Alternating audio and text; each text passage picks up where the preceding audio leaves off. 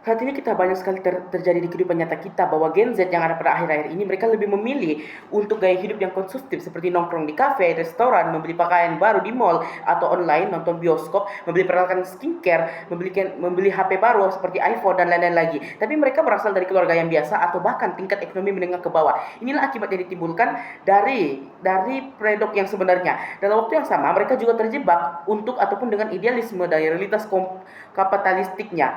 Tiga sektor di sisi kami juri. Yang pertama paradoks. Paradoks merupakan suatu penggambaran yang umum diberikan seperti dalam hal kita ini adalah seseorang orang yang kurang mampu, tetapi kita memaksakan diri kita atau orang lain untuk kita bisa hidup mewah, kelihatan mewah dewan juri. Maka itu yang dimaksud dengan paradoks. Yang kedua idealisme. Idealisme merupakan hal yang tidak nyata namun diyakini, namun dia bukan bersifat materi tapi atau hal fisik semata tapi memiliki arti yang tertentu dewan juri. Biasanya nyintir kait dengan spiritual dan dewan juri. Yang ketiga realitas kapitalisme berpikir adalah kepemilikan suatu ataupun itu dikuasai oleh seseorang individu ataupun sebuah individu untuk mendapatkan keuntungan dan dia itu mengontrol sepenuhnya untuk bisa merugikan orang lain dewan juri. Maka penilaian kami adalah satu, mendukung penuh narasi ini bahwa memang nyata dan terbukti Gen Z saat ini sangat senang dalam comfortable zone mereka. Mereka terjebak di mereka terjebak di paradoks mereka, idealisme dan realitas kapitalistik mereka. Yang kedua, menjelaskan mengapa narasi ini sesuai atau benar dan dapat ditegaskan dewan juri. Maka tujuan kami jelas. Yang pertama, kami ingin menyadarkan Gen Z. Yang kedua, setuju bahwa paradoks antara idealisme dan realitas kapitalisme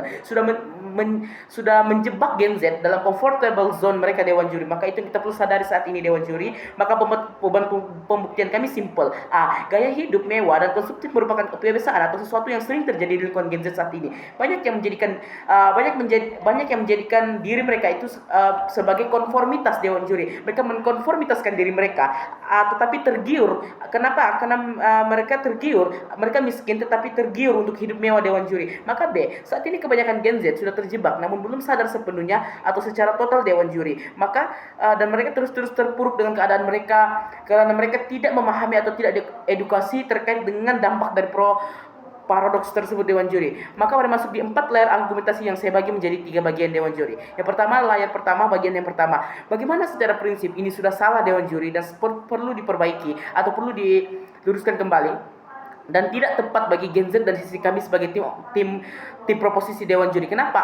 Pahami konteksnya bahwa saat ini Gen Z kebanyakan dan hampir mayoritas menjalani gaya hidup konsumtif sehingga ini sangatlah mengkhawatirkan di status quo kita dewan juri. B, dalam prinsip kita mengenal istilah jangan memaksakan diri orang tua atau bahkan sesuatu yang kita tidak mampu miliki, apalagi sampai mengancam atau mengintimidasi seseorang. Ini yang menjadi permasalahan juri di mana Gen Z itu saat ini yang menjadi permasalahan adalah Gen Z hidup dalam idealisme mereka dan realitas kapitalistik yang rendah tetapi memaksakan diri untuk bisa sama dengan tren yang ada dewan juri atau dengan orang-orang yang tingkat ekonomi yang tinggi dewan juri. Bagian yang kedua, apa kolerasinya dengan tren yang ada? Sadari bahwa bagaimana latar belakang Gen Z melakukan tindakan yang konsumtif atau terjebak dalam paradoks itu semua kembali ke konteks, bahkan ke konteks kita bahwa idealisme dan realitas kapitalistik yang menjadi faktor utama dewan juri.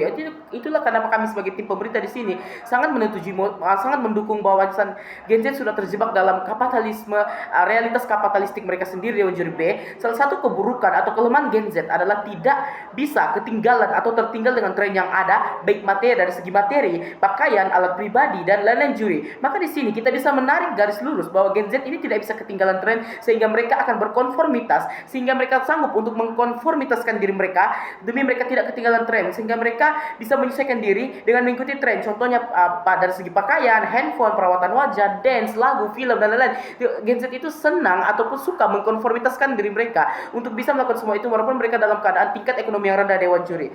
Maka bagian yang ketiga, mengapa bisa Gen Z ini terjebak atau termudarat dewan juri?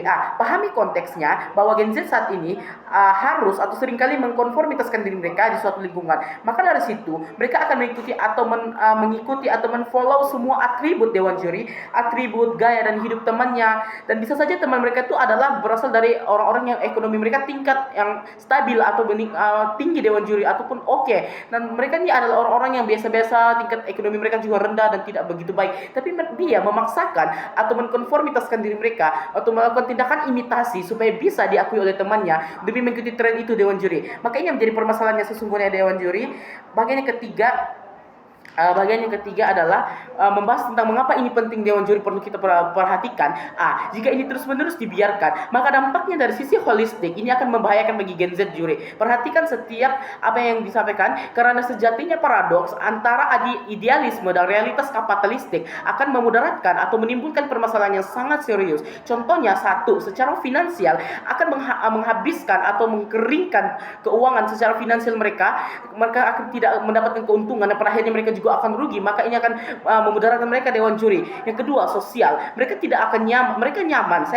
Mereka akan merasa nyaman di lingkungan itu, namun tidak akan lama juri. Ketika mereka sudah down, ketika mereka sudah tidak ada keuangan, finansial mereka sudah rusak, mereka tidak akan lagi diakui atau mendapat pengakuan dari lingkungan mereka. Maka itu menjadi permasalahan. Yang ketiga, ekonomi. Maka ekonomi mereka akan menurun drastis dikarenakan kapitalisme ini Dewan Juri, karena realitas kapitalistik mereka yang menyebabkan mereka untuk mengkonformitaskan diri mereka, sehingga mereka akan realitas kapitalisme ini yang mereka lakukan atau mereka sanggup untuk mengkonfirmasikan diri mereka yang akan membuat mereka turun. Maka Dewan Juri, bagaimana pula pada akhirnya kolerasi Gen Z dan paradoks antara idealisme dan realitas kapitalistik sangat menciptakan kombinasi yang besar. Maka saya rasa ini perlu segera diselesaikan atau ditanggapi Dewan Juri. Stigma atau logika berpikir yang salah akan memudaratkan hidup mereka sendiri Dewan Juri. Karena lihat narasinya, sudah jelas bahwa gaya hidup Gen Z yang mengikuti idealisme yang nyatanya itu merupakan suatu pengimplementasian yang merupakan implementasi yang pada akhirnya merugikan mereka Dewan Juri. Maka apa yang menjadi urgent di sisi kami juri? Isu Gen Z hari ini yang sangat mengglorifikasi idealisme mereka dengan gaya hidup mewah, namun nyatanya mereka dari keluarga yang sederhana atau meninggal ke bawah, dan saat itu sangat tidak terjustifikasi di sisi kami Dewan Juri. Yang B, mereka memaksakan keadaan yang tidak sesuai dengan realitas kapitalistik hidup mereka, sehingga mereka harus mengkonformitaskan diri mereka. Maka terdapat beberapa argumen antisipasi saya juri. Satu, tim oposisi akan datang bilang bahwasanya Gen Z bukan terjebak, melainkan hanya hidup sesuai zaman atau kemampuan ekonomi mereka. Saya rasa juri, mereka sudah keliru terhadap analisis mereka, karena nyatanya sesuai dengan fakta saat ini Gen Z sudah terjebak ke dalam hal ini, dalam comfortable zone mereka Dewan Juri. Lalu bagaimana mekanisme kami juri?